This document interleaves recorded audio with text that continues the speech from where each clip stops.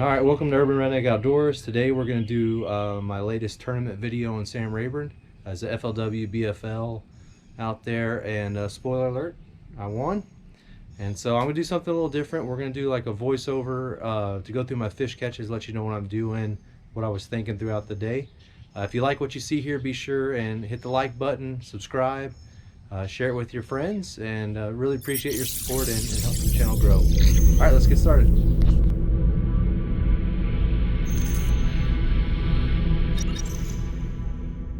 All right, guys, so here I am at Sam Rayburn. I'd already caught one keeper at this time, and now I'm just kind of following behind my boater, pitching in back, and working a 3/8 ounce Cinco Texas rig on a 4/0 hook, and getting to my first fish Oh, here. And I'm just trying my best to get it away from the brush. I'm on a 20-pound fluorocarbon line.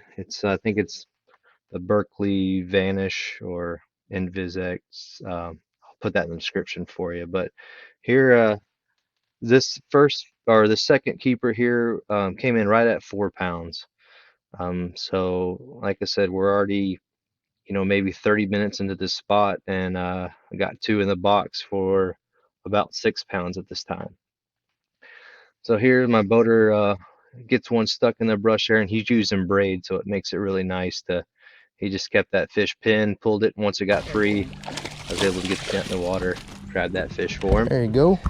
So I'm not sure which one. I think this was the first one I had on camera, of course, but I think this was Solid his fish. first or second, about that same size. So got him, just letting him know I got him on camera, so he thought that was pretty funny. So Yeah, my and here we parents have. go, and just kind of pitched in the shade and go. bounced it a few times, and Oh, had about a 3-pounder here, broke me off. and I should have retied with my fluorocarbon, but it just ran, just made a run there and broke off at the hook. So I lost the hook and weight and everything there. So Bob was asking me there where I hooked into that. So here I made a mistake. I didn't have the net where I should, so I grabbed his rod, but I was able to get it free in time to grab the fish for him. So looked out there. All right, so here's his third keeper. So he was culling later on the day, but he was catching a lot in the 2.5-pound range. Wasn't the best pitch, but bounced it once or twice and had a fish on there. So There we go. and this fish came up, and when it jumped, I realized it was close enough to the boat. And with fluorocarbon, I didn't want it to make a run back into the bush, especially after breaking one off. So I just flipped it in the boat here. This one I think was right around 2 pounds, a little bit over 2 pounds. This would be the fish I culled second. So just get a tag on it, get it in the box. I think this was my fourth fish, and I'm pretty sure I think this was like 8:30 at this time. So got my fourth fish in the box, feeling really good about the day. And then saw this 6-foot alligator just kind of creeping up at the back. It was chasing or following behind us, waiting for us to catch fish. So made it nerve-wracking on, reaching down and grabbing a fish in the water after seeing that already. Here I pitched to the back edge, and just there was some brush that you couldn't see, and I was working over the top and then letting it free fall straight down and just kind of popping it over things. And this is my fifth keeper here. So I think this was right at I think 9:30. So 9:30 I already had my limit, and having a great time catching a lot of fish. I didn't record all of them. I had quite a few fish, about 2.5,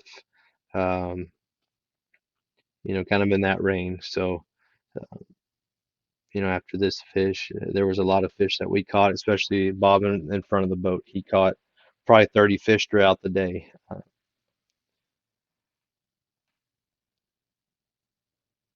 So I think he was so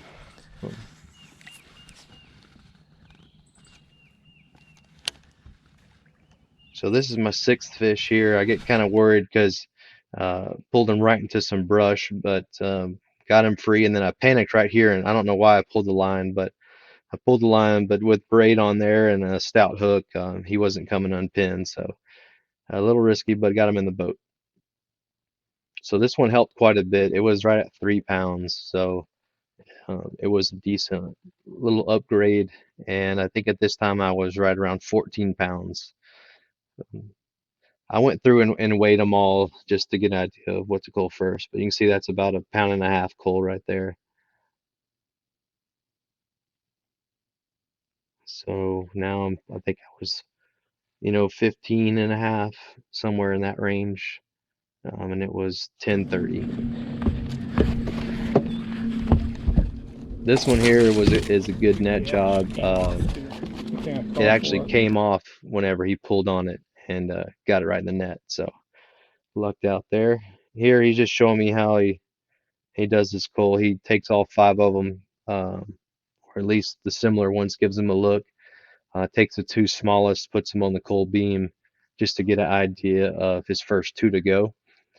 And the floats on there were colored, so he was going with the, afterwards he wrote down the color. But here's where he's getting his cull beam. He's got at that time what was his 2 smallest.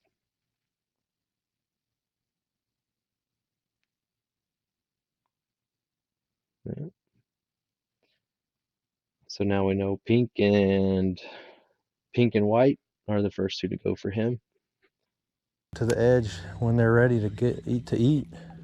And while he was kind of putting everything away and getting settled, we've kind of been here for a while. I I pitched around quite a bit and just let this one soak. You can count it as about 10 or 15 seconds. I was just bouncing around this one little indention here, and then I get into a nice fish.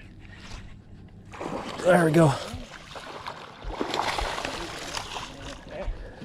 So just threw him in the boat and give you a little slow motion replay here. Great behind me. Check this out. I'm moving to a lot of action back there. Well, the good news is I will. That's another 4 or 5 pounder there.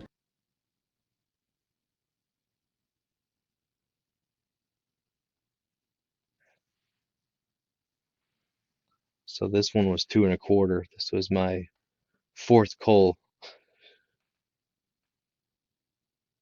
And I'll show you the difference between the one I culled and the one I just caught. It's pretty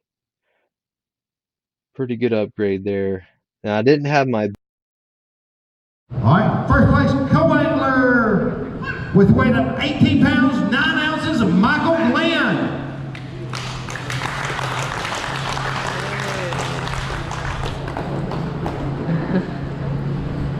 Congratulations to you, Michael. There's your little bit of a check right there. Tell us, what was you doing today to get this win? So my boat, Bob boat, he put me on some fish and just, dragging, flipping worms out there and trying not to catch too many big ones to make him mad. So we had a good time out there, and I also came to practice with my friend David Winsel, and he showed me some things that made a big difference. So I thought maybe 1 keeper, 2 days of practice, and then today it just kind of all came together.